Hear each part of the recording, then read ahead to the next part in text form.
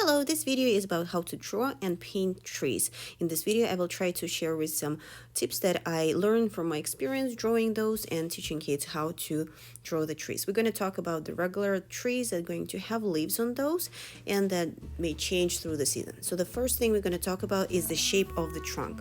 The shape of the trunk depends on the age of the tree. So average age tree is going to be medium size, but if you look at the old tree, it's going to be way bigger and the trunk is going to be way thicker and it's going to have way more different curves and shapes to it. And the young trees will have a thin trunk and it's going to be more straight. One thing that is in common to each tree is that the trunk is going to get slowly thinner toward the top. So it's always thicker on the bottom and thinner towards the top until the trunk itself will split into the branches, and then it's going to keep splitting into the branches, and the branch is going to get gradually thinner and thinner. And if you will combine those branches together, it will bring you back to the size of the trunk of the tree. So now we are going to talk about the branches.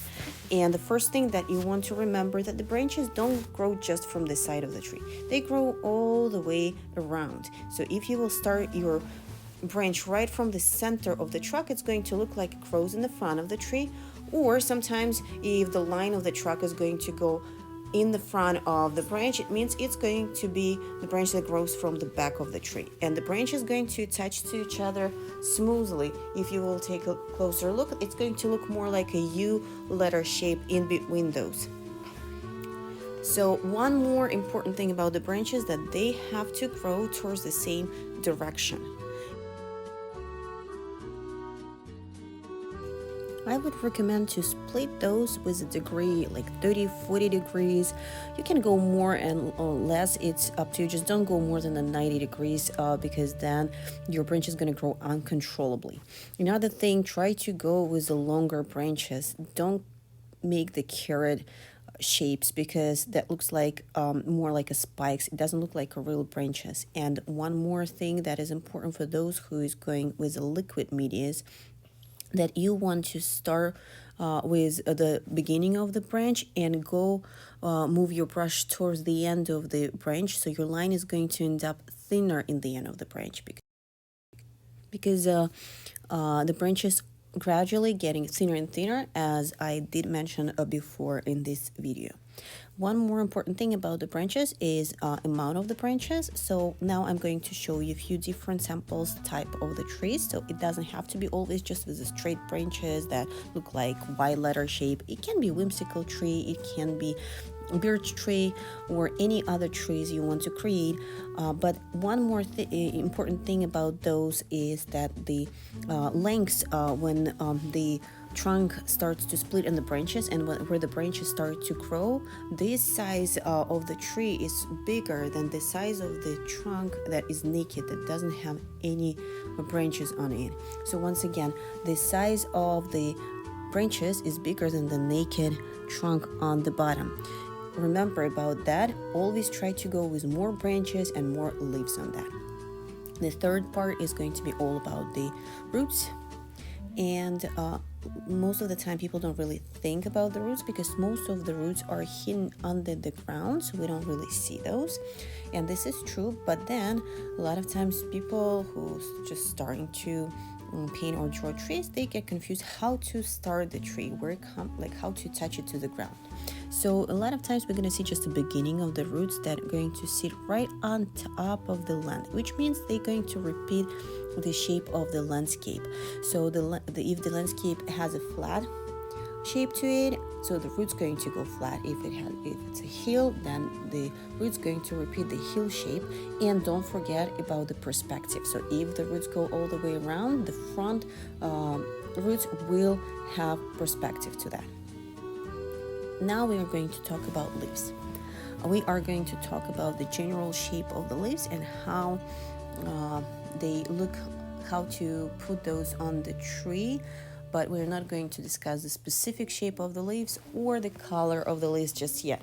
So now I'm going to draw two samples. One is going to be a little bit close-up tree, and I'm going to talk a little bit more detailed about the leaves and how it works. And another one is going to be kind of far away tree. First thing you try to avoid is touching the leaves right next to each branch separately.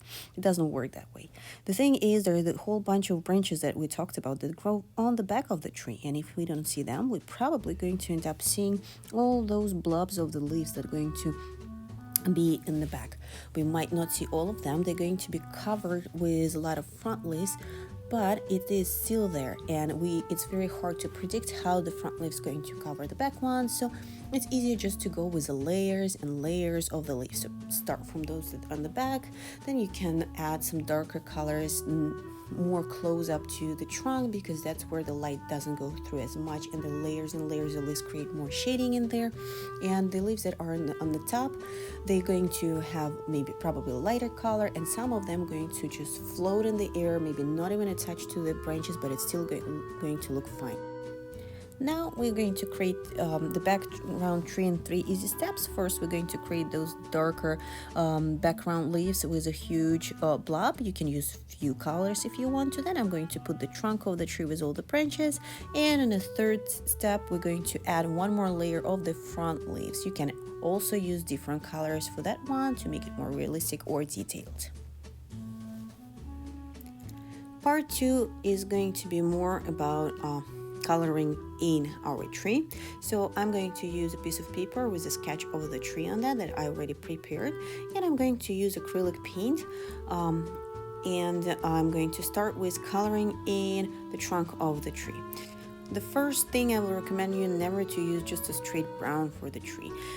You always want to mix more of the grayish color. So in this one I used brown, black, and a little bit of white for my tree, but you can add all type of colors like blue, green, purple. I'm going to also use different shades of this grayish brownish color. I mean different tones. So the darker color is going to go on the right, and the lighter one's going to be on the left. It means my source of light is going to be on the left side, and that's what's going to make my tree more rounded and realistic. If one side is going to be in the shade and another one is highlighted, it doesn't matter which side. You can do opposite. You can put the light on the right side and the shadow on the left. I divided my tree on 4 parts. So on the left side, you can see I worked a little bit more detailed with the branches, because this is going to be the part that is going to be winter part of the tree. The next is going to be the spring one. So I'm still going to work a little bit more detailed with the branches. And in other 2 parts going to be for the summer and the fall. So now I'm going to start to put some leaves for the spring part of the tree. It's going to be the section with a little bit lighter and brighter green leaves, because in the spring they're not really that darker greenish. They just smaller and a little bit brighter. So I would mix yellow, a little bit of blue, and white. And one more time, I just want to recommend you to mix your own colors. Don't use straight up colors from the jar, especially when it comes to the green ones. They might be really weird looking when it comes on the surface. And you can see to show the layers in this one, I am mixing lighter colors that is going on the background of the trees, and that creates a look that there are few layers of the leaves growing, but it also doesn't make it look very heavy, because in the springtime we don't have that many leaves just yet.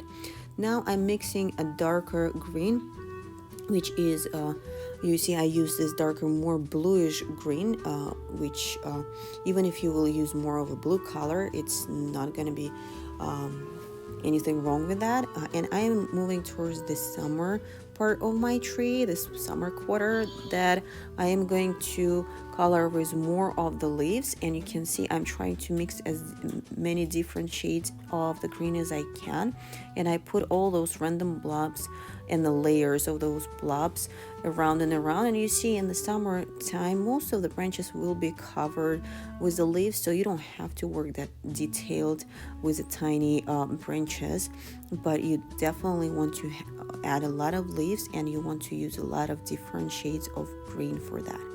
And as I mentioned before, leaves do not have to touch necessarily to the branch. They can just go right as a random blob on your paper or canvas or any surface you use. And now I'm going to move towards the fall with using orangish, yellowish, and red colors. And you can see the first when I go next to the green color, I'm going right kind of over that, mixing those colors in between each other, because that's going to be the colors you're going to see in the beginning of the fall, because all of the leaves going to be together on the tree. Some of them already going to be yellowish and some of them still going to be more greenish, so you're going to have exactly the same shade on the trees. And you can see that I'm mixing more brown colors towards the bottom of the tree. You see, that's where I actually did use a straight brown a little bit to blend it in with yellow and orange. And now I'm mixing yellow with the white. So pretty much I mix in different ways, yellow, red, white, and brown. And now we are going to put the leaves on the ground, and you will see whatever going on top of the tree is going to be pretty much same on the bottom of the tree on the ground. So you can see the leaves in the fall time gonna fall on the ground and they laying there. So try to use more horizontal brush strokes if you use the brushes, and put all the same colors that you had on your tree on the bottom. For the summertime, there will be obviously the grass growing. For the springtime, there's going to be just a little bit of the grass, and on the winter time, there's going to be snow probably, and you can put some snow on top of the branches. In order to put the snow on top of the branches, just put the white paint literally right on top of the branches, kind of outlining those, and that is going to look cool. And I add the blue background color so you can see the snow a little bit better.